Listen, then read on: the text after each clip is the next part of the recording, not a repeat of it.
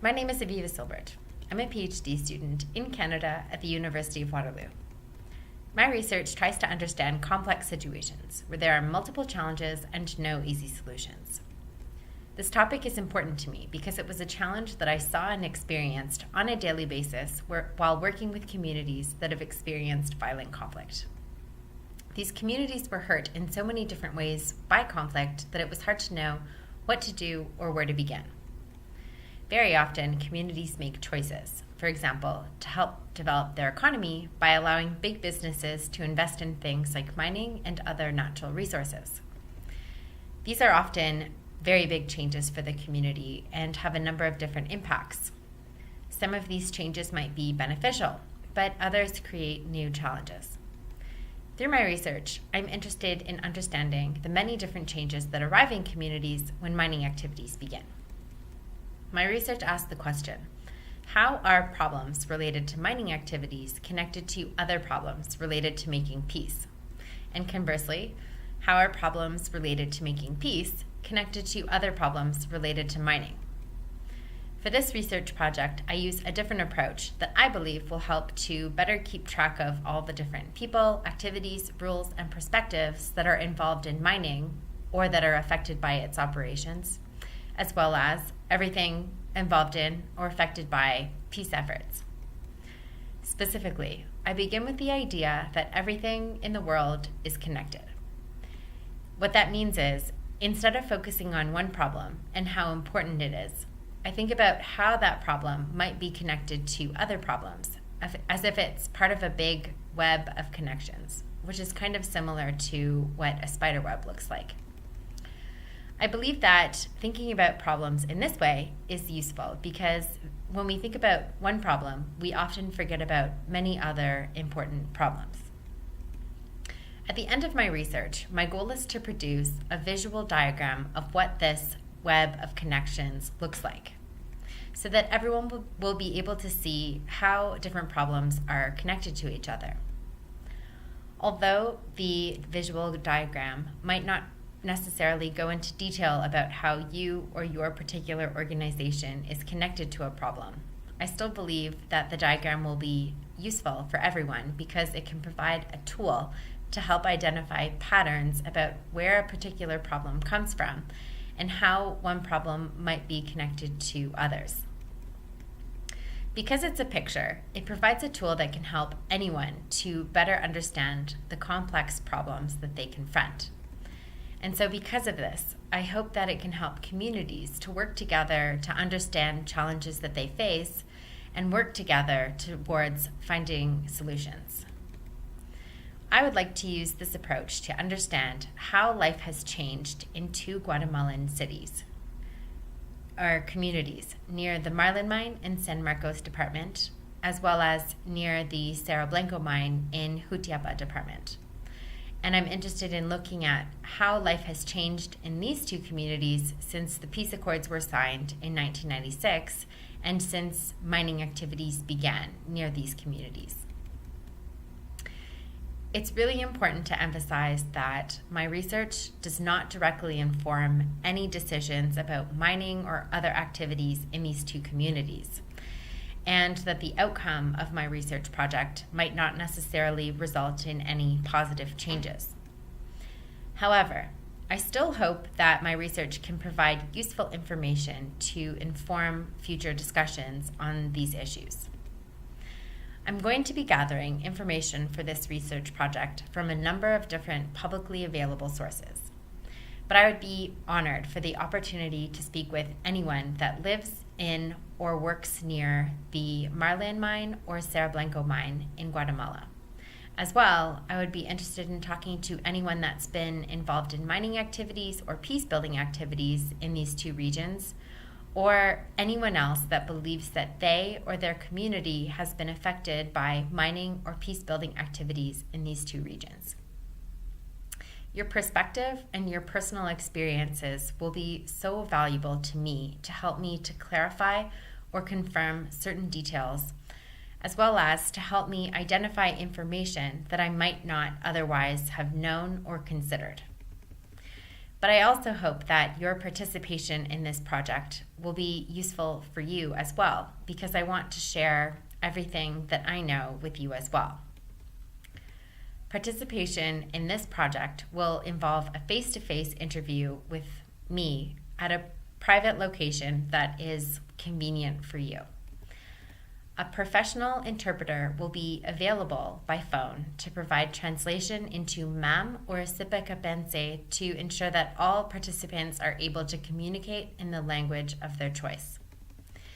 The interview will take approximately 60 minutes.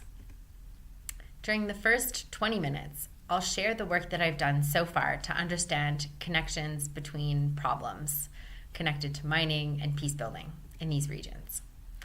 All participants will have an opportunity to give their comments.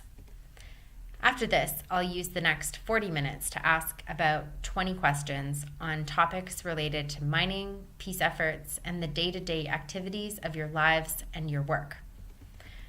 I will need to audio record the discussion to make sure that your responses are accurately reflected in my research. However, I will be using voice distortion technology to protect your confidentiality. Participation in this study is completely voluntary, and no discussion can take place without your free, prior informed consent. In addition, you can choose not to answer any questions if you don't want to, and you can choose to leave the interview at any time, and there will be no negative consequences for doing so. However, it's important to be aware that the topics of mining and peacebuilding are quite controversial in Guatemala. As a precaution, and to help make sure that no harm is caused through this research, participation will be strictly confidential. What that means is that I will not collect any personal information from you or about you, such as your name, your address, your job, or your appearance. However, because these topics are controversial, it's important that you're aware that there are a couple of risks associated with your participation. First of all, the purpose of my research is not to make you feel upset or to cause harm to anyone. But I recognize that when I ask you questions about mining and peace and your personal experiences, you might feel unhappy or angry during our discussion. For example, you might remember painful experiences, or you might feel embarrassed or uncomfortable that I have asked you a question. Or maybe you might feel uncomfortable that the interpreter is listening on the phone. To help make sure that you do not feel uncomfortable, you can review the interview questions before you decide whether or not you want to participate in the interview. Just ask me and I'll send you the questions. In our discussion, we'll talk about less controversial things first and then talk about the more sensitive topics later to help you feel comfortable. And further to this, I'll give you a warning before I ask any sensitive questions, and I'll remind you that you can skip or choose not to answer any questions if you don't want to. And finally, I've made sure that the interpreter has received special training for the project. The second thing is that I'm aware that in situations in the past, participation in similar research projects has resulted in negative consequences for a participant in their job, or with their social status, or with their personal safety. And I do not want to cause any harm to you, and your safety is a very serious concern for me. And for this reason, again, I will not collect any personal information about you, such as your name, your job, your address, or your appearance. And additionally, information about the interviews will be strictly confidential, and this includes details like the date, the time, and the location of the interview. As I mentioned earlier, the audio recording will also include voice distortion so that nobody can recognize your voice.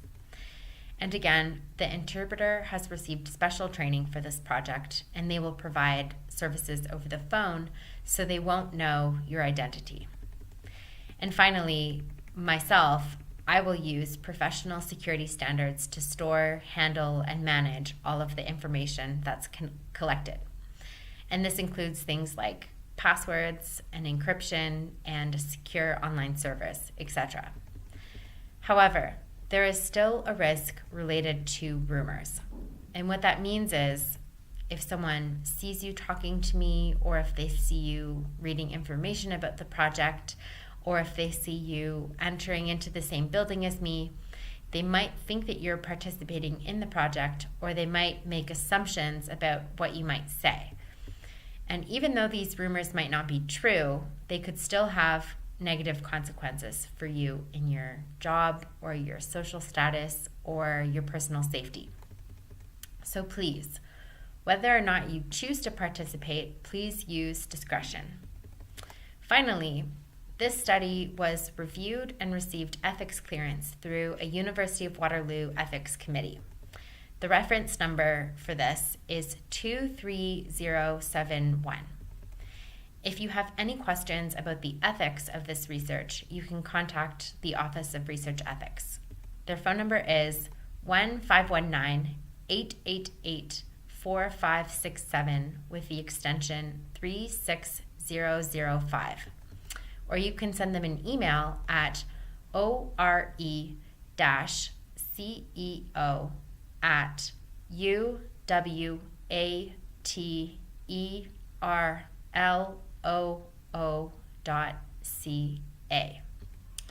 In addition, if you have any questions about the project, or if you want more information, or if you want to participate, you can contact me by phone or by WhatsApp at 502-3369-0730. Or you can send me an email at asilbert@uwaterloo.ca. You can also contact my supervisors at the University of Waterloo. Their names are Dr. Neil Craig and Dr. Thomas Homer-Dixon.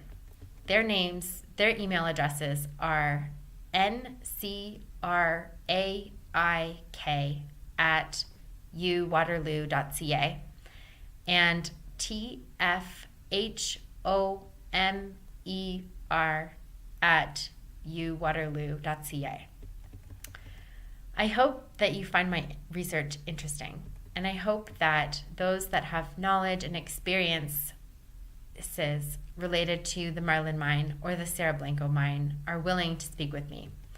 Working together, I hope that the results of my research will be useful and beneficial to you and the community. Thanks so much for listening.